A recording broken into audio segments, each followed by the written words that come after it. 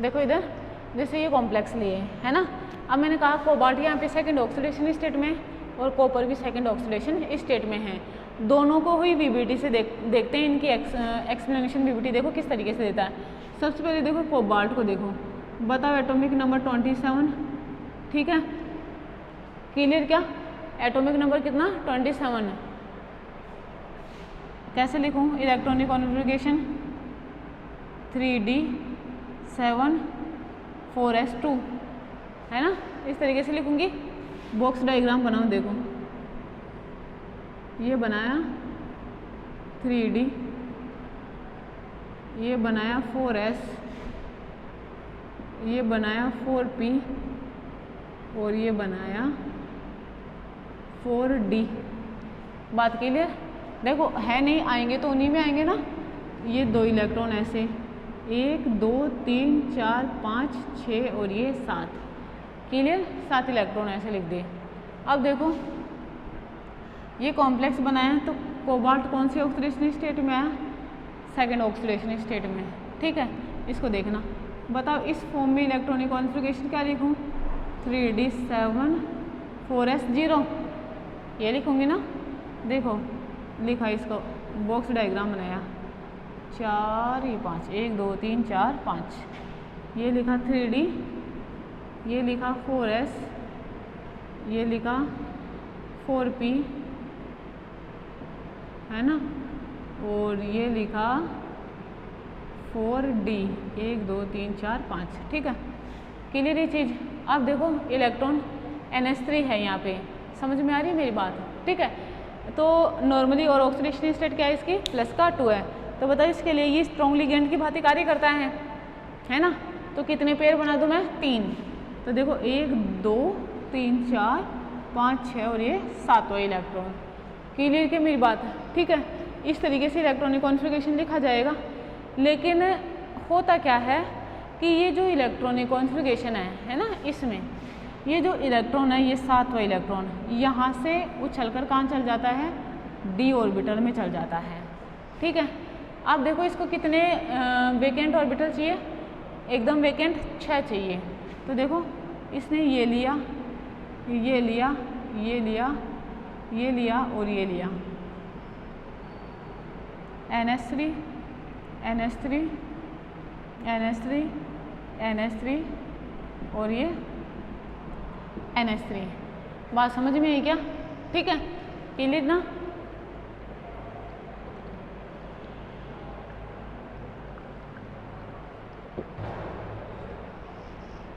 अब देखो इसमें इसने ये इलेक्ट्रॉन पेयर लिया, तो मैं यहाँ पे लिख दूँ इसको इस तरीके से 1 2 3 4 5 6, ठीक है।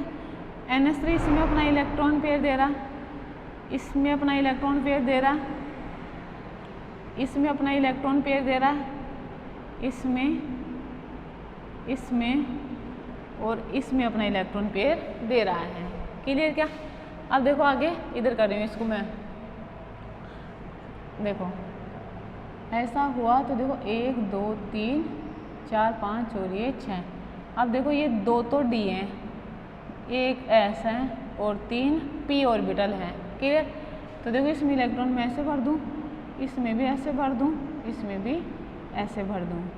तो देखो हाइब्रिडाइजेशन क्या बनाएंगे ये 6d2sp3 संकृत कक्षक है ना, इसका निर्माण करेंगे। ज्योमेट्री कैसी हो जाएगी ऑक्टाहेड्रल, OH का मतलब ऑक्टाहेड्रल ना, क्लियर ये वाली चीज़, ठीक है। अब देखो इसमें से एक इलेक्ट्रॉन जैसे कॉम्प्लेक्स बना निकलकर इस 3d से कहाँ चल गया 4d में, मतलब ये जो कोबाल्ट है ये अपनी सेकंड ऑक्सीडेशन स्टेट से किस में कन्वर्ट हो गया अपनी थर्ड ऑक्सीडेशन स्टेट में, क्योंकि 4d तो बहुत ज़्यादा दूर स्थित ऑर्बिटल है इसके कंपैरिजन में। तो यहाँ पे तो अपन इन्हीं को यूज़ कर रहे हैं, समझ में आ रही है मेरी बात है।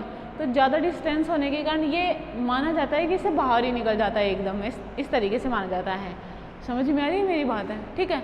मतलब कोबाल्ट सेकंड से कौन सी ऑक्सीडेशन स्टेट में कन्वर्ट हो जाता है, कोबाल्ट थर्ड ऑक्सीडेशन स्टेट में कन्वर्ट हो जाता है। मतलब इसने इजीली एनर्जी एब्जॉर्व करी इलेक्ट्रॉन ने, और वो एनर्जी एब्जॉर्व करके बोलते इस एनर्जी दी, और एनर्जी एब्जॉर्व करके इलेक्ट्रॉन उछल कर कहाँ चल गया, 4D में चला गया। मतलब ये यहाँ से यहाँ कन्वर्ट हुआ, तो ये कैसी नेचर शो कर रहा है, परबल अपचायक। ठीक है, कोबाल्ट सेकंड कैसे प्रकृति शो कर रहा है, परबल अपचायक प्रकृति। इतनी बात समझ में आई क्या, क्लियर? ठीक है, अब देख लेते हैं कॉपर CuCN4 2- कॉम्प्लेक्स को। ठीक है, वो कैसे नेचर शो कर रहा है, बीबीटी के अनुसार ये तो इस तरीके की नेचर शो करेगा। ठीक है, अब देखो उसको, जैसे कॉपर सेकंड है ना, कॉपर का एटॉमिक नंबर कितना आता है 29, तो कैसे लिखूं 3D9 4s2 ये लिखूंगी ना, क्लियर? अब देखो बॉक्स डायग्राम बनाओ, 1 2 3 4 5। ठीक है, इस तरीके से लिखो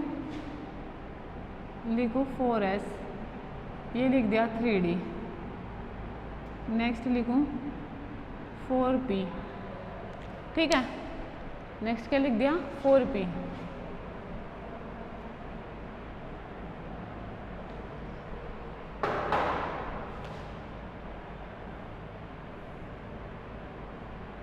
एक 2 3 4 5 और ये लिख दिया 4D। अब देखो ये दो इलेक्ट्रॉन, ठीक है, 9 इलेक्ट्रॉन देखना, 1 2 3 4 5 6 7 8 9। बात समझ में आई इतनी? ठीक है, 9 इलेक्ट्रॉन रख दिए। अब देखो जब कॉपर सेकंड ऑक्सीडेशन स्टेट में हो, है ना, तो इलेक्ट्रॉनिक कॉन्फ़िगरेशन ये 3D9 4s0। ठीक है, अब देखो 1 2 3 4 5 ये 3D, ये 4s है ना, ये 4p और ये 4D। समझ में ही बात है? ठीक है, ये करा। अब देखो 9 इलेक्ट्रॉन भरने हैं, तो 1 2 3 4 5 6 7 8 और ये 9। क्लियर? फुलफिल कर दिए। अब ये जो इलेक्ट्रॉन है ना, ये निकल कर कहाँ चल जाता है, 4p में चल जाता है ना। इतनी एनर्जी मिल पाती है इसको कि ये 4p में चला जाए, उसकी जैसे ये 4d में नहीं जाता है। क्लियर ये चीज़ भी? ठीक है, अब देखो यहाँ पे 4 ऑर्बिटल चाहिए इसको एकदम वेकेंट, तो देखो 1d 1s और 2p, इसमें ये Cn माइनस, ये Cn माइनस, ये Cn माइनस और ये Cn माइनस। समझ में बात? कैसे लिख दूँ इसको, इस तरीके से, ये ऐसे। क्लियर क्या? अब ये जो इलेक्ट्रॉन है ये इसी में शामिल माना जाता है इसको, ऐसा नहीं कि दूर चला गया है। ठीक है, वो तो देखो 4d में गया था, अब d में भी देखो कौन से ऑर्बिटल में होएगा वो, ठीक है, ये नहीं पता है। अब ये 4p में गया, मतलब इससे दूर नहीं हुआ। क्लियर? इतना दूर नहीं है जितना कि वो है। वो तो बाहर से ही एकदम ऐसे मानते हैं कि उससे इलेक्ट्रोस्टैटिक फोर्स ऑफ अट्रैक्शन से दूर जा चुका है, लेकिन इस पर न्यूक्लियस का इलेक्ट्रोस्टैटिक फोर्स ऑफ अट्रैक्शन रहता है। देखो पहले 1d 1s और 2p मिलकर बनाए 4dsp2 संकरित कक्षक। तो संकरण क्या हो गया, dsp2। क्लियर ये वाली चीज? ठीक है, अब इसको भी तो ऐसा होना चाहिए ना, सेम से इलेक्ट्रॉनिक कॉन्फ़िगरेशन है, सिर्फ एक इलेक्ट्रॉन को उछलकर जाना था इसमें, है ना, लेकिन उछला नहीं, और उछलकर सिर्फ उछला भी तो भी किस में चला गया, 4p में ही चला गया। समझ में आ रही है? 4d में नहीं गया। मतलब कोबाल्ट सेकंड से तो आसानी से कोबाल्ट थर्ड बन जाता है, ठीक है, फेवरेबल है, लेकिन कॉपर सेकंड से कॉपर थर्ड नहीं बनता है। समझ में आ रही है मेरी बात है, ठीक है। मतलब जो इसका इलेक्ट्रॉन होता है वो उसको इतनी एनर्जी नहीं मिल पाती है कि वो न्यूक्लियस के इलेक्ट्रोस्टैटिक फोर्स ऑफ अट्रैक्शन से बाहर की तरफ जाए। समझ रहे हो आप लोग मेरी बात है, ठीक है। वो इसी में इन्वॉल्व माना जाता है, मतलब इतना ज़्यादा डिस्टेंस नहीं होता है उसका। तो देखो ये तो क्या शो करता है, अभी बताया आप लोगों को, प्रबल अपचायक प्रकृति है ना, और ये दुर्बल। बोले तो इसकी जैसी नेचर होनी चाहिए थी इसकी, लेकिन ऐसी नहीं होती है। ये कैसा है, दुर्बल अपचायक प्रकृति शो करता है, ठीक है। तो मैं यहाँ पे स्टेटमेंट लिख दूँ, CO सेकेंड व CU सेकेंड के संकुलों की व्याख्या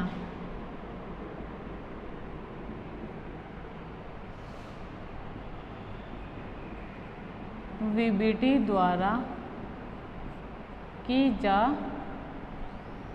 सकती है ना।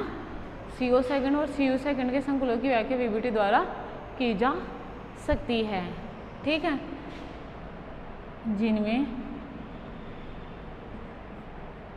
CO सेकेंड कॉम्प्लेक्स में एक इलेक्ट्रॉन एनर्जी एब्जॉर्ब करके 3D ऑर्बिटल से 4D ऑर्बिटल में चला जाता है, जिस पर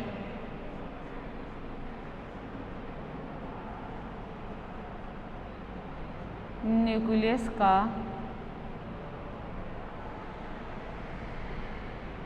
इलेक्ट्रोस्टैटिक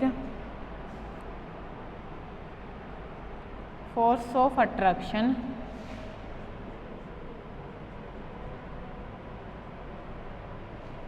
बहुत कम होता है,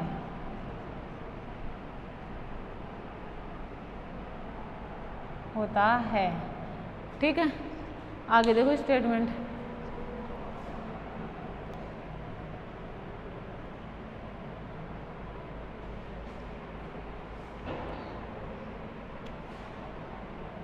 अतः CO सेकेंड प्रबल अपचायक प्रकृति प्रदर्शित करता है ना।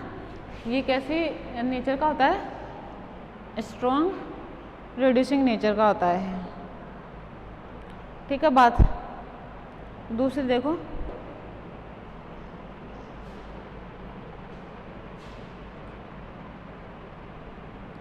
जबकि CU सेकेंड कॉम्प्लेक्स में एक इलेक्ट्रॉन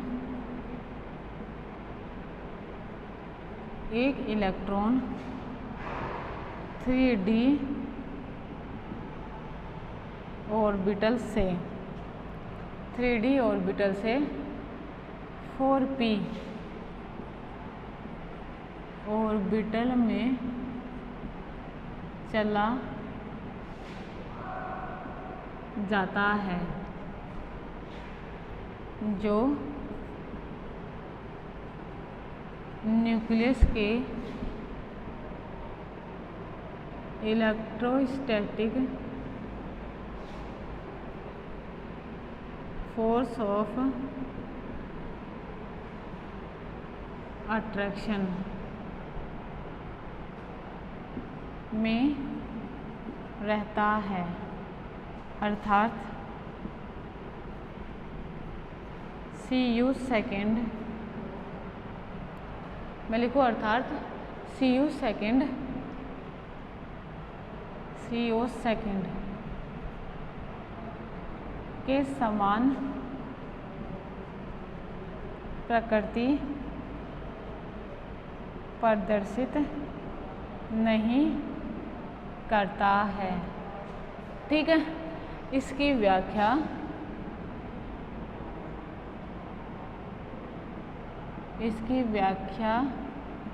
VBT नहीं करता है ना, इसकी व्याख्या VBT नहीं करता है।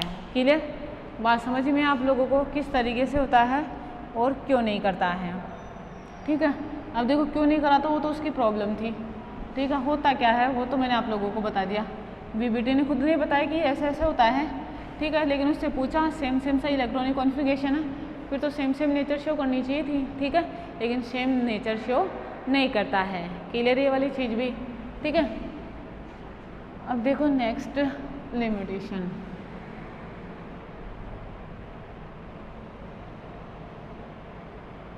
ठीक है, बात समझ में आई ना कि CO सेकंड तो एक वीक रिड्यूसिंग एजेंट होता है, जबकि CO सेकंड एक स्ट्रॉन्ग रिड्यूसिंग एजेंट होता है। क्लियर ये चीज़। देखो अब क्या होता है कि जैसे मैं कोई कॉम्प्लेक्स लिखूं, है ना, अपन VBT को तो मोस्टली पढ़ते ही क्यों हैं, क्योंकि ज्यामिति की और हाइब्रिडाइजेशन के अच्छे से एक्सप्लेनेशन देता है। ठीक है, जैसे मैंने नेक्स्ट लिमिटेशन जैसे कौन सी 5 6 जो भी हो, है ना, वो लिख लेना। जैसे मैंने लिखा CuH2O6 है ना 2+, ये कॉम्प्लेक्स है ना। अब इस कॉम्प्लेक्स में कॉपर जो है प्लस सेकंड ऑक्सीडेशन स्टेट में है ना।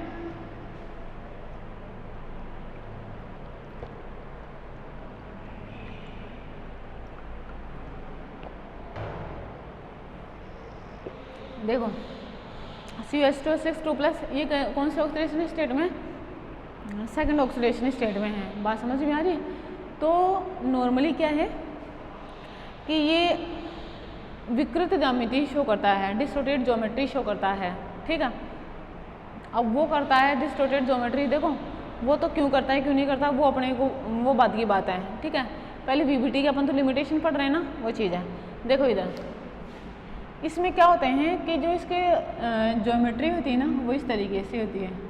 जैसे ये H2, ये H2,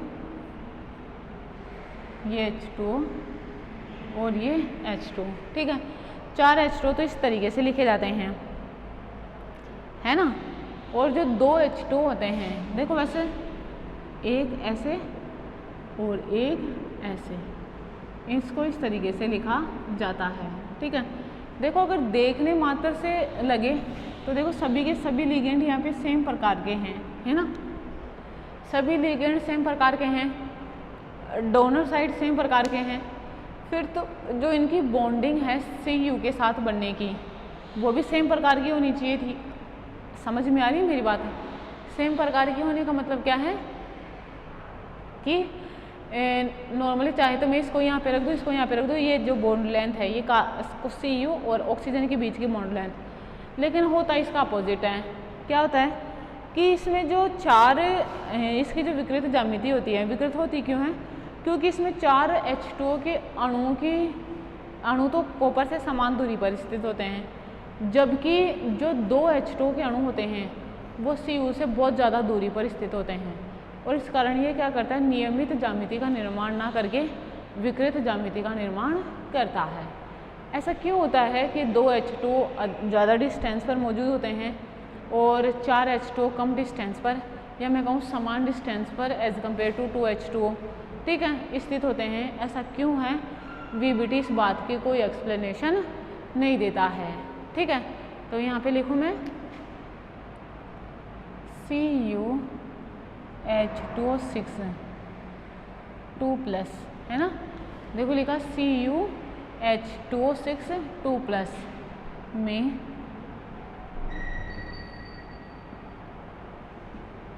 कॉम्प्लेक्स विकृत ज्योमेट्री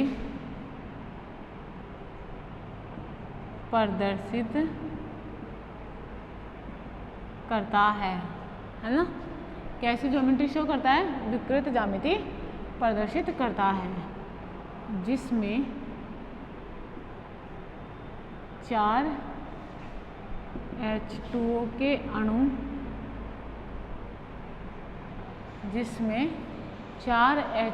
के अणु कॉपर से शेष 2 H2O अणुओं से समान दूरी पर स्थित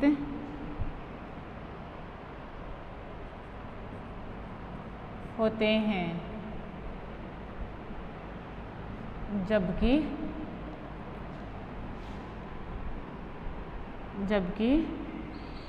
2 H2O Cu से अधिक दूरी पर स्थित होते हैं।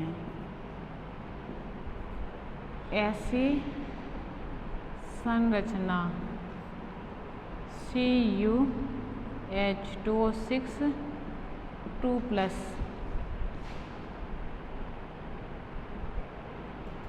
कॉम्प्लेक्स आयन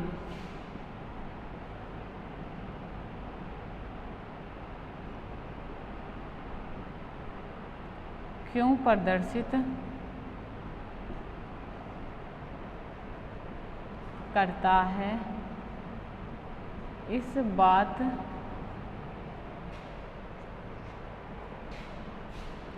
बात की व्याख्या VBT नहीं करता है। ठीक है, देखो मैंने क्या लिख दिया, CuH2O6 2+ में कॉम्प्लेक्स विकृत ज्योमेट्री प्रदर्शित करता है, जिसमें 4 H2O के अणु कॉपर से शेष 2 H2O अणुओं से समान दूरी पर स्थित होते हैं, जबकि 2 H2O Cu से अधिक दूरी पर स्थित होते हैं। ऐसी संरचना CuH2O6 2+ कॉम्प्लेक्स आयन क्यों प्रदर्शित करता है? इस बात की व्याख्या VBT नहीं करता है। मतलब VBT विकृत संरचनाओं के बारे में कोई एक्सप्लेनेशन नहीं देता है। समझ में आ रही मेरी बात है? ठीक है, क्लियर ये चीज़ भी? ठीक है, मैंने कहा 2 H2O तो अपेक्षाकृत लंबे बॉन्ड बनाते हैं, जबकि 4 H2O छोटे बॉन्ड बनाते हैं। ठीक है, ऐसा क्यों करते हैं? VBT इस बात की कोई एक्सप्लेनेशन नहीं देता है। क्लियर क्या ये वाली चीज़? ठीक है, कंप्लीट ये 6th लिमिटेशन। ठीक है, देखो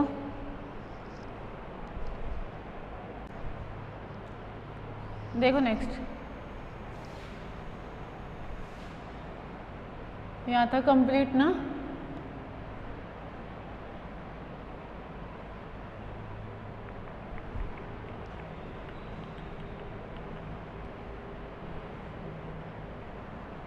देखो अब नेक्स्ट देखना।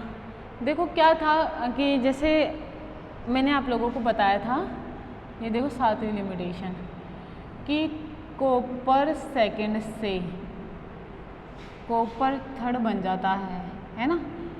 इलेक्ट्रॉन 3D से कहाँ चल जाता है? 4D में, है ना। बताओ ये कुछ ना कुछ एनर्जी एब्जॉर्ब कर ही गया होगा, है ना।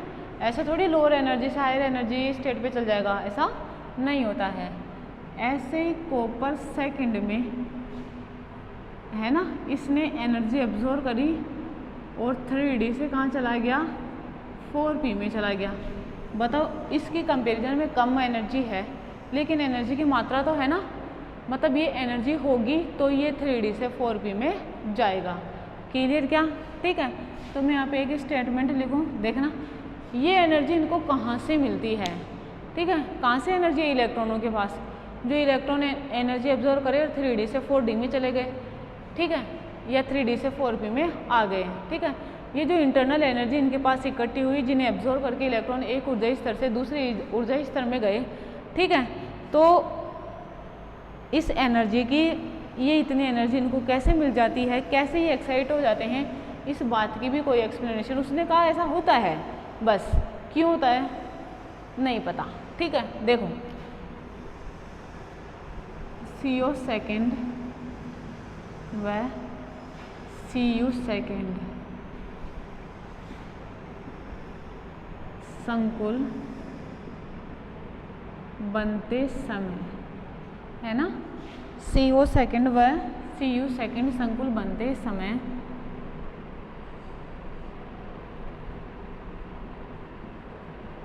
कॉम्प्लेक्स आयन के मेटल आयन से इलेक्ट्रॉन 3D ऑर्बिटल से क्रमशः 4D व 4P ऑर्बिटल में एनर्जी एब्जॉर्ब करके चले जाते हैं, चले जाते हैं, ठीक है। यह एनर्जी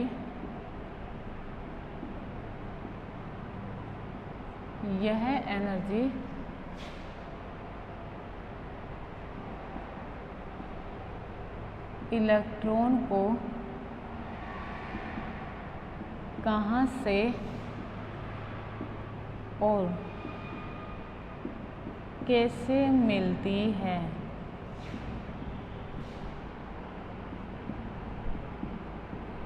इस बात की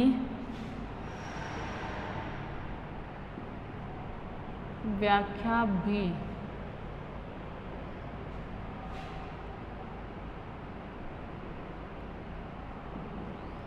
VBT नहीं करता है ना। देखो मैंने क्या लिखा, कोबाल्ट सेकंड व कोबाल्ट थर्ड संकुल बनते समय कॉम्प्लेक्स आयन के मेटल आयन से इलेक्ट्रॉन 3D ऑर्बिटल से क्रमशः 4D व 4P ऑर्बिटल में एनर्जी ऑब्जर्व करके चले जाते हैं। यह एनर्जी इलेक्ट्रॉन को कहाँ से और कैसे मिलती है, इस बात की व्याख्या भी VBT नहीं करता है। बात समझ में आई क्या, ठीक है। नेक्स्ट चीज़ देखो, इस चीज़ की कोई एक्सप्लेनेशन VBT के पास नहीं थी। नेक्स्ट देखो 8वीं लिमिटेशन, VBT के अनुसार, है ना, VBT ने क्या कहा, देखना समझाती हूँ, इसको पहले लिख देती हूँ। VBT के अनुसार निकल सेकेंड आयन, है ना,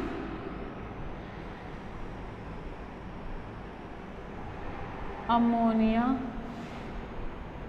लिगेंड के साथ तो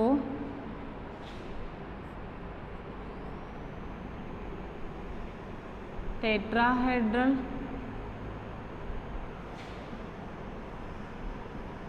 कॉम्प्लेक्स का निर्माण करता है ना, जबकि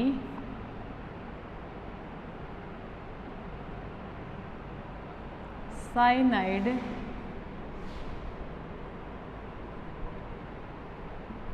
लिगेंड के साथ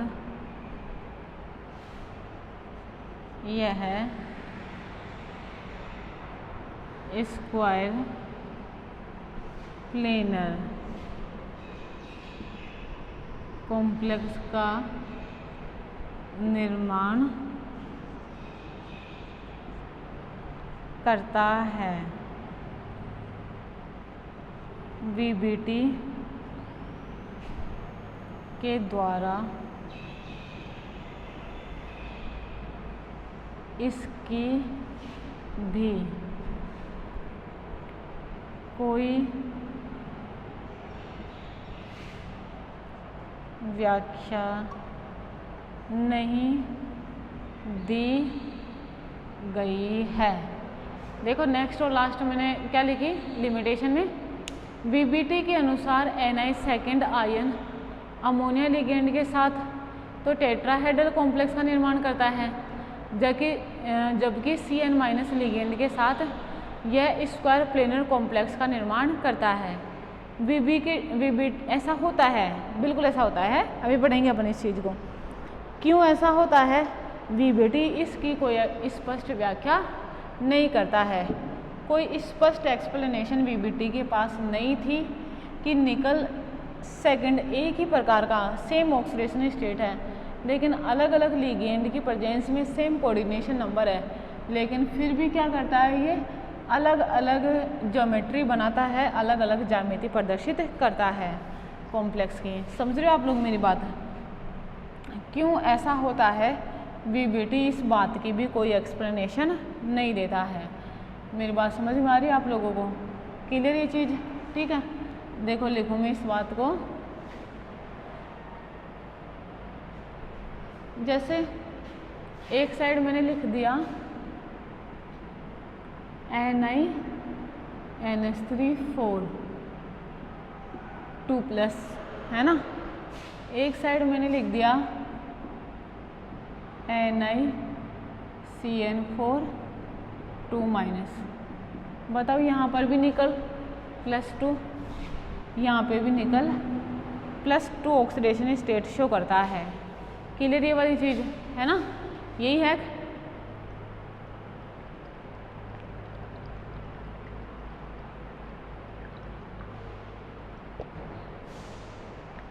ठीक है, अब देखो ये ऐसा शो करता है, तो देखो है तो 4-4 लिगेंड, कोऑर्डिनेशन नंबर भी दोनों की क्या है 4-4 है। दूसरा सबसे बड़ी बात, मेटल सेम सॉरी मेटल की ऑक्सीडेशन स्टेट सेम। समझ रहे हो आप लोग मेरी बात? सब कुछ सेम है, ठीक, सब कुछ सेम होने के बाद भी ये सेम ज्योमेट्री नहीं बनाते हैं। क्यों? वीबीटी बोला भैया अपने को नहीं पता इस बारे में, बस जो बनता था वो बता दिया। ठीक है, देखो क्या बताया, बताओ निकल 28 लिखो तो क्या लिखो, ऑर्गन 3D8 4s2। ठीक है, बॉक्स डायग्राम देखो,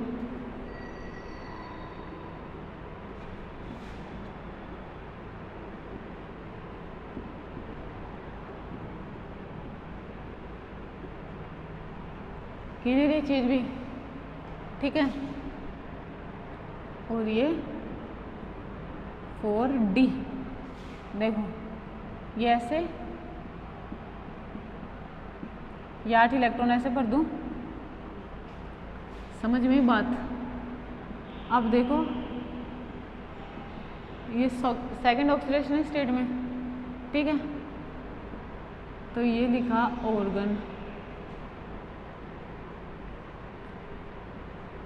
0, क्या लिखा 3D8 4s0। समझ में है क्या बात? ठीक है, क्लियर ये चीज? इसका बॉक्स डायग्राम देखो,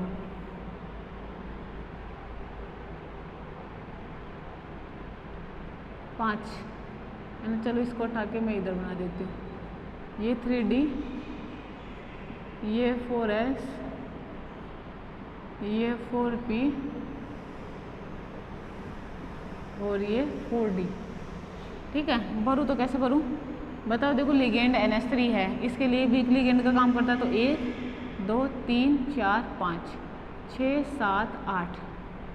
ठीक, अब इसे कैसे ऑर्बिटल चाहिए एकदम वेकेंट, तो यहाँ से स्टार्ट हो जाएगा। कितने NH3 है? 4, ये ऐसे, ये ऐसे, ये ऐसे, है ना। बनाओ नीचे 2 4, 1 S और 3 P। ये देखो NH3 का इलेक्ट्रॉन पेयर, ठीक है। 4 sp3 संकरित कक्षक, तो संकरण sp3 संकरण, ठीक है। तो बताओ अगर ऐसा हुआ तो ज्योमेट्री कैसी हो गई इसकी, टेट्राहेड्रल, है ना।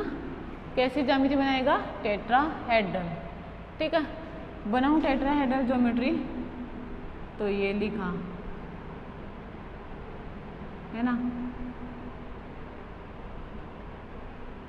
ये NH3, ये NH3 और ये NH3, ठीक है। इस तरीके से ये स्क्वायर ब्रैकेट और ये 2 प्लस। क्लियर क्या बात, समझ में इतनी, ठीक है। अब देखो इसको, देखो बताओ ये निकल 28, electronic configuration organ 3d8 4s2, है ना। बॉक्स डायग्राम बनाओ तो 3d 4s 4p और ये 4d, ठीक है। इलेक्ट्रॉन भरा 1 2 5 6 7 और ये 8, ठीक है। अब निकल कौन से ऑक्सीडेशन स्टेट में, सेकंड में, तो ऑर्गन 3d8 4s0। अब देखो डायग्राम बनाऊं, ये ऐसे है ना, 3d, ठीक, 4s 4p और ये 4d, ठीक है। देखो 1 2 3 4 5 6 7 8, बताओ इसकी भी पेयरिंग हो जाएगी, ठीक है। इस तरीके से लिखो इसको। कितने ऑर्बिटल चाहिए अपने को, 4, एकदम वेकेंट। देखो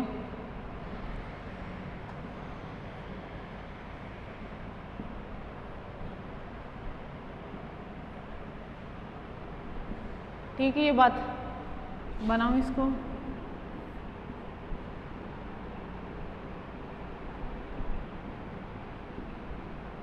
एक D 1 S 2 P, कक्षक मिलकर क्या बनाए, 4 DsP2 संकरित कक्षक, है ना। क्लियर ये चीज भी। तो देखो संकरण क्या हो जाएगा, DsP2, समझ में आ रही है। अब इसकी ज्योमेट्री कैसे बनाऊं, देखो इधर, यहाँ पे देखो ना, ये निकल Cn Cn Cn और ये Cn,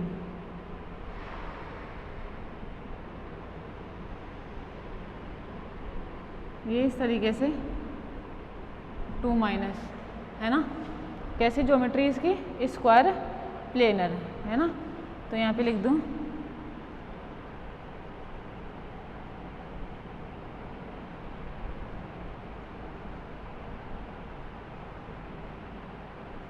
स्क्वायर प्लेनर ज्योमेट्री, और इसकी ज्योमेट्री कैसी है, टेट्राहेड्रल।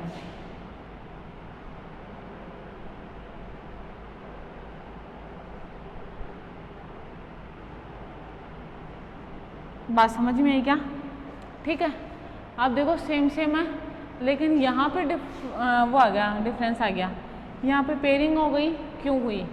यहाँ पे पेयरिंग नहीं हुई, क्यों नहीं हुई? वीबीटी इनकी कोई एक्सप्लेनेशन नहीं देता है। क्लियर क्या ये वाली बात भी? ठीक है, देखो कितनी बड़ी बात थी कि सेम सेम ज्योमेट्री रखते हैं, ठीक है, दोनों में निकल है और सेम सेंट्रल एटम है जैसे, तो ठीक है, और सेकंड ऑक्सीडेशन स्टेट है उसकी। समझ में आ रही है आप लोगों को बात है? ठीक है, वैसे ही लिगेंड अलग अलग है, इसमें CN है उसमें NH3 है, ठीक है, फिर भी क्या होता है कि ये अलग अलग ज्योमेट्री वाले कॉम्प्लेक्स बनाते हैं। क्यों ऐसा होता है? वीबीटी इस बात की कोई एक्सप्लेनेशन नहीं देता है। क्लियर ये चीज़? ये लिमिटेशन भी कंप्लीट, ठीक है। देखो वैसे लिमिटेशन तो इसकी इतनी है ना, लेकिन क्या है कि जैसे वीबीटी ने क्या दिया था, अपन पढ़ते हैं वो विद्युत उदासीनता सिद्धांत है ना। नेक्स्ट इसकी देखो, ये भी इसकी लिमिटेशन में ही आता है, देख लो एक बार इसको भी। देखो पूछे तो एग्ज़ाम में बता देना है, नहीं पूछे तो आप लोगों के नॉलेज के लिए सही हो जाएगा, है ना, सिलेबस में तो है आप लोगों के, ठीक है, वो भी इसकी लिमिटेशन ही है। देखो क्या है वो, देखो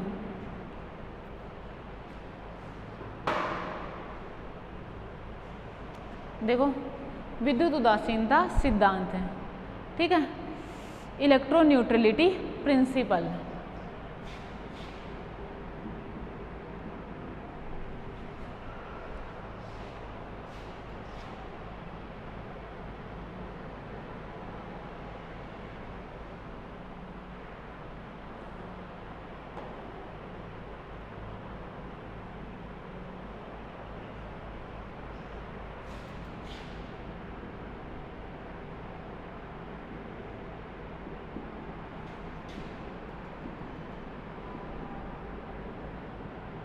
देखो इलेक्ट्रोन्यूट्रलिटी प्रिंसिपल, ठीक है।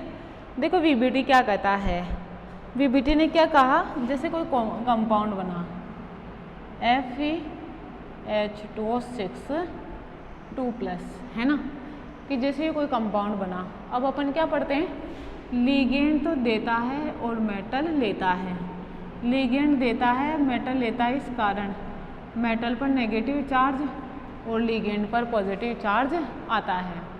अपन ये बात पढ़ते हैं, समझ में आ रही मेरी बात? मैंने क्या कहा, लिगेंड तो देता है और मेटल लेता है, इस कारण मेटल पर तो आता है नेगेटिव चार्ज और लिगेंड पर आता है पॉजिटिव चार्ज। बात के लिए इतनी, ठीक है। इस कारण से क्या होना चाहिए, देखो इधर देने वाले एक अगर लिगेंड दे, सुनना देखो ध्यान से, अगर एक उसकी बात करें लिगेंड की, अगर एक लिगेंड दे मेटल को तो एक नेगेटिव चार्ज आता है। समझ रहे हो आप लोग मेरी बात है? ठीक है, सपोज करो एक से ज़्यादा हो तो उतने ही नेगेटिव चार्ज आएंगे। यहाँ तो देखो 6 हैं, है ना, 6 के आगे इस पर लिगेंड जुड़े हुए हैं मेटल के साथ। तो मुझे एक बात बताओ, मेटल पर जो चार्ज क्रिएट हो गया वो कितना हो गया, -6। समझ रहे हो आप लोग मेरी बात है? ठीक है, उसको छोड़ो, चलो प्लस का 2 से बैलेंस भी कर ले, है ना, तो कितना बच गया, -4। समझ रहे हो आप लोग मेरी बात है? बताओ, अपन मेटल के बारे में तो ये पढ़ते हैं कि मेटल तो कभी भी इलेक्ट्रॉन नहीं देती है, ठीक है, सॉरी, इलेक्ट्रॉन कभी भी लेती नहीं है, उन पर हमेशा पॉजिटिव चार्ज स्टेबल रहता है, कभी भी उन पर नेगेटिव चार्ज नहीं आता है, ठीक है। और मुझे एक बात बताओ, किसी भी तरीके से उन पर नेगेटिव चार्ज आ गया तो वो खुद मेटल और मेटल के द्वारा बनाए हुए कॉम्प्लेक्स की स्टेबिलिटी को कम करने वाला होता है। मेरी बात समझ रहे हो क्या? मैंने क्या कहा, मेटल हमेशा इलेक्ट्रॉन देती है, कभी भी इलेक्ट्रॉन लेती नहीं है, ठीक है।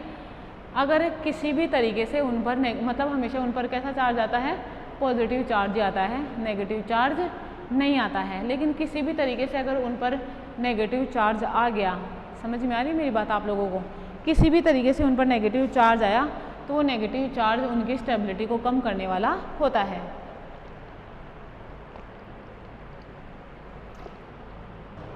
देखो क्या कहा, नेगेटिव चार्ज उनकी स्टेबिलिटी को कम करने वाला होता है, ठीक है। आना तो पॉजिटिव चार्ज ही है, लेकिन वीबीटी ने तो खुद ही कह दिया कि लिगेंड देगा और ये लेगा तो इस पर माइनस आएगा, इस पर प्लस आएगा। समझ में आ रही है आप लोगों को मेरी बात है? ठीक है, तो ऐसे तो माइनस चार्ज क्रिएट होगा तो खुद मेटल भी लेस स्टेबल और मॉलिक्यूल भी लेस स्टेबल जो कॉम्प्लेक्स बना है। लेकिन वीबीटी क्या एक्सप्लेनेशन देता है कि ये जो नेगेटिव चार्ज आता है ना वो क्या होता है कि मेटल के साथ साथ जो लिगेंड के एटम होते हैं, डोनर एटम और साइड के, मतलब लिगेंड या तो कोई एटम या कोई ग्रुप ऑफ एटम हो सकता है, तो जो एटम होते हैं उन पर क्या रहता है, ये डिलोकलाइज रहता है। ठीक है, जितना ज़्यादा उसका डिलोकलाइजेशन होएगा बोले तो और क्या होता है, उतना ही ज़्यादा मॉलिक्यूल में स्टेबिलिटी बढ़ती जाएगी। कहने का मतलब क्या है कि किस साम दाम दंड भेद से क्या करता है, ये डिलोकलाइजेशन शो करता है। डिलोकलाइजेशन से ये जो नेगेटिव चार्ज क्रिएट होता है वो पूरे मॉलिक्यूल में घूम फिर के ओवरऑल जो मेटल पे चार्ज बचता है वो 0 के बराबर ही रहता है। समझ में आ रही है आप लोगों को बात? 0 के बराबर कहने का मतलब क्या है कि अगर वो पॉजिटिव ऑक्सीडेशन स्टेट शो करा है तो वो पॉजिटिव ही शो करेगा, अगर 0 शो करा है तो वो 0 ही शो करेगा। समझ में आ रही? कोई भी नेगेटिव चार्ज उस पर नहीं रह सकता। तो मुझे एक बात बताओ, नॉर्मली कभी ऐसा हो सकता है क्या कि नेगेटिव चार्ज आया और वो वॉल मॉलिक्यूल में घुमा और किसी भी तरीके से बैलेंस हो गया? कुछ ना कुछ डेंसिटी तो उसकी किसी भी स्पीसीज पर रहेगी तो कॉम्प्लेक्स क्या हो जाएगा, लेस स्टेबल हो जाएगा। इस बात की भी कोई एक्सप्लेनेशन बोले तो ऐसा क्यों हो गया, कैसे डिलोकलाइजेशन हो गया? ठीक है, और H2 ले तो वो क्यों लेगा इलेक्ट्रॉन डेंसिटीज की, वो तो दे रहा है। समझ में आ रही है आप लोगों को मेरी बात है? ठीक है, तो इस प्रिंसिपल का जो कॉन्सेप्ट था, जो सही एक्सप्लेनेशन थी, वो वीबीटी के पास नहीं थी। समझ में ये वाली बात भी? ठीक है, तो ये इसके नेक्स्ट क्या थी, लिमिटेशन थी। ठीक है, एक्सप्लेनेशन आप लोग खुद ही लिखोगे। ये क्या हो गया, HW है ना, जो बोला वो खुद लिखोगे आप लोग। ठीक है, होमवर्क हो गया ये आप लोगों का। ठीक है, अब देखो नेक्स्ट जो है, कई मेटल ऐसी होती हैं जिनको अपन पढ़ते हैं कि वीबीटी ने बताया कि कई कॉम्प्लेक्स ऐसे होते हैं जिनमें मेटल इलेक्ट्रॉन देता ही नहीं है ना, मतलब उसकी 0 ऑक्सीडेशन स्टेट रहती है और उस अवस्था में भी वो स्टेबल कंपाउंड की फॉर्मेशन करता है। मेरी बात समझ रहे हो? क्या क्या उसने कि उस अवस्था में भी ये स्टेबल कॉम्प्लेक्स की फॉर्मेशन करता है। ठीक है, मतलब 0 ऑक्सीडेशन स्टेट में, और वो बहुत ज़्यादा स्टेबल होते हैं। स्टेबल जब वीबीटी से पूछा कि स्टेबल क्यों होते हैं, तो वीबीटी ने कहा कि बैक बॉन्डिंग कंसेप्ट होता है, बैक बॉन्डिंग या पाई बॉन्डिंग या पश्च बॉन्डिंग होती है, और उससे क्या होता है, वो कॉम्प्लेक्स क्या हो जाता है, स्टेबल हो जाता है। बोले वो कैसे बनती है? वो बोले जब मेटल लिगेंड से इलेक्ट्रॉन डेंसिटी लेता है तो जाहिर सी बात है वो अपने वेकेंट ऑर्बिटल्स में लेगा, मतलब d ऑर्बिटल में, s ऑर्बिटल में और p ऑर्बिटल में। समझ में आ रही है आप लोगों को बात? तो वहाँ से वो इलेक्ट्रॉन डेंसिटी जब भर जाता है ऑर्बिटल, तो वो मेटल को ट्रांसफ़र करता है। समझ रहे हो? ठीक है, अब सॉरी, मेटल से लिगेंड को ट्रांसफ़र करता है। अब लिगेंड कहाँ लेगा? बोले लिगेंड के पास जगह होती है। बोले कौन सी जगह होती है? जगह होने का मतलब है या तो उसके पास वेकेंट d ऑर्बिटल होएगा या फिर vacant p orbital, unhybrid orbital होंगे, एक बात ध्यान रखना ये है ना, या दूसरे क्या होंगे, वेकेंट मॉलिक्यूलर ऑर्बिटल होंगे। उनमें क्या करता है, वो इलेक्ट्रॉन डेंसिटी लेता है और इसके साथ पाई बॉन्ड बना लेता है। बोले उससे कॉम्प्लेक्स स्टेबल हो जाते हैं, बोले उससे कॉम्प्लेक्स स्टेबल हो जाते हैं। क्लियर? क्या ये कौन सा प्रिंसिपल था इसका, वीबीटी का, पाई बॉन्डिंग थ्योरी या बैक बॉन्डिंग थ्योरी। ठीक है, देखो समझना, देखो क्या लिखा, जैसे वीबीटी ने ये कहा कि जैसे ये इसका हाइब्रिड ऑर्बिटल है ना, ये इसका अनहाइब्रिड ऑर्बिटल, ये भी इसका अनहाइब्रिड ऑर्बिटल, ये इसका हाइब्रिड ऑर्बिटल, ये अनहाइब्रिड ऑर्बिटल और ये अनहाइब्रिड ऑर्बिटल। बात समझ में आई क्या? देखो ये लिख दिया,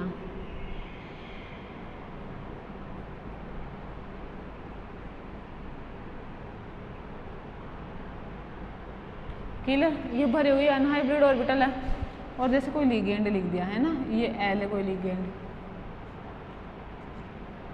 ये इसका फिल्डेड ऑर्बिटल, ये इसका वेकेंट, ये भी इसका वेकेंट, ये इसका वेकेंट, ये इसका वेकेंट और ये फिल्डेड ऑर्बिटल। फिल्डेड क्या है? हाइब्रिड ऑर्बिटल, और वेकेंट क्या है? अनहाइब्रिड ऑर्बिटल है। ठीक है, अब देखो ये जो वेकेंट है ना, ये p हो सकता है, d हो सकता है, कुछ भी हो सकता है। समझ में आ रही है आप लोगों को बात है? मतलब मॉलिक्यूलर ऑर्बिटल ये हो सकते हैं, कुछ भी हो सकता है। यहाँ से इसने इलेक्ट्रॉन डेंसिटी दी, ठीक है, तो किसका निर्माण हो गया, सिग्मा बॉन्ड का निर्माण हो गया।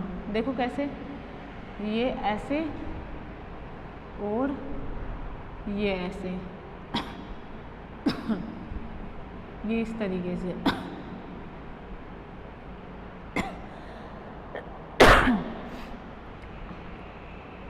भरा हुआ है ना ये, तो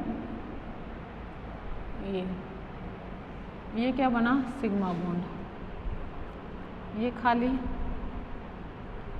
ये इसका फिल्डेड, ये इसका फिल्डेड, ये इसका फिल्डेड, ठीक है। अब देखो यहाँ से इलेक्ट्रॉन डेंसिटी यहाँ, यहाँ से इलेक्ट्रॉन डेंसिटी यहाँ, यहाँ से इलेक्ट्रॉन डेंसिटी यहाँ और यहाँ से इलेक्ट्रॉन डेंसिटी यहाँ, ये क्या बना, बैक बॉन्ड। तो ये भी क्या बना, बैक बॉन्ड। बात समझ में है क्या? और इस बैक बॉन्ड के बनने के कारण, है ना, इस बैक बॉन्ड के बनने के कारण जो कॉम्प्लेक्स की स्टेबिलिटी है ना वो बढ़ जाती है। बोले वो कैसे बढ़ेगी? बोले इसने जो इलेक्ट्रॉन डेंसिटी इसको दी जिससे भर गए, है ना, ये अनहाइब्रिड ऑर्बिटल हैं, ठीक है। अब ये फिल हो गए तो ये क्या करता है, जो ओवर इलेक्ट्रॉन डेंसिटी होती है एक्स्ट्रा, उसे वो कहाँ ट्रांसफ़र कर देता है, इन खाली ऑर्बिटलों में ट्रांसफ़र कर देता है। बोले इस कारण क्या होता है? बोले इस कारण कोई न्यूट्रल बना रहता है। बोले तो कोई चार्ज डेंसिटी इसके ऊपर नहीं रहती है। समझ में मेरी ये बात है, ठीक है। तो ये क्या कहलाया, बैक बॉन्डिंग कंसेप्ट, ठीक है। ये क्या कहलाया, बैक बॉन्डिंग कंसेप्ट। और बैक बॉन्डिंग कंसेप्ट से वीबीटी ने ये कहा कि नॉर्मली क्या है कि इससे कॉम्प्लेक्स की स्टेबिलिटी बहुत ज़्यादा बढ़ जाती है, ठीक है। बात क्लियर क्या? अगर ऐसी सी बात करें तो अपन किसकी बात करते हैं, जैसे मेटल हो गया और जैसे CO कॉम्प्लेक्स हो गया। समझ में आ रही मेरी बात, ठीक है। तो देखो इसने दिया तो इस पर प्लस चार्ज आ गया, इस पर माइनस चार्ज आ गया। क्लियर? समझ रहे हो मेरी बात? ये इस तरीके से मौजूद होते हैं, है ना। इलेक्ट्रॉन पेयर जैसे इसने दिया, इसको छोड़ो, समझ रहे हो।